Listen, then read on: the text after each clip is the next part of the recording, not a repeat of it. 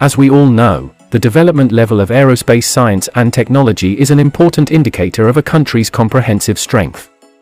Like other developed countries, China has always been committed to the development of aerospace technology. In the past 5 years, China's cumulative investment in the aerospace field has exceeded 450 billion yuan. But these huge funds have also brought China scientific research results that shocked the world. In China's lunar exploration program in recent years, Chinese scientists discovered a huge water reservoir in the South Pole region of the Moon. Through the plan, the Moon's water storage capacity may be as high as 270 billion tons. With the deepening of human understanding of the universe, the demand for water resources in space is becoming more and more urgent.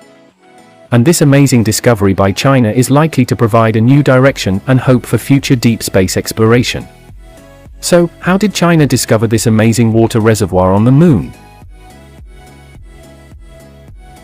In fact, in the early surveys of the Moon, many scientists did not think that there would be water resources on the Moon.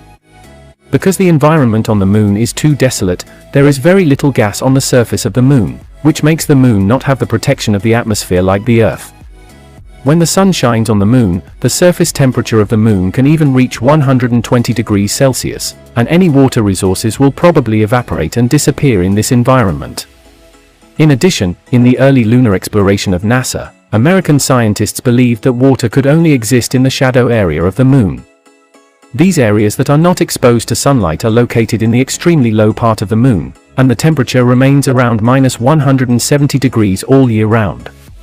Therefore, American scientists believe that even if there is water on the Moon, these water resources are also in a frozen state. Beyond that, the chances of finding water anywhere else on the Moon are very slim. But in the lunar samples brought back by China's Chang'e 5, Chinese scientists discovered a special lunar substance. Chinese scientists named it impact glass bead. During the formation of the Moon, these glass balls were hit by many meteorites and asteroids. The solar wind violently impacted the soil and rocks on the surface of the Moon. They were melted by high temperature and high pressure at the moment of high-speed impact, and the melt was splashed. It shoots out to form droplets, and after a period of cooling, these impact glass beads are formed. But these impact glass beads hadn't been spotted by NASA before. In fact, the water contained in these impact glass beads is not water in the conventional sense, it belongs to a kind of hydroxyl. But after special treatment, this kind of hydroxyl group can be precipitated into water. What is even more surprising is that after analyzing and comparing 32 scientific research samples, Chinese scientists found that the average water content of these impact glass beads was 0.05% of the individual samples.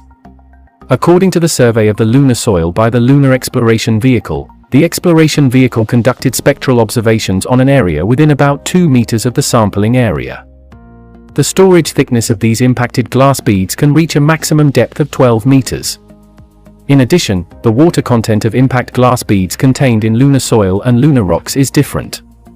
In the sampling area of China's Chang'e 5, the water content of lunar soil is about 120 ppm, and the water content of lunar rocks is about 180 ppm.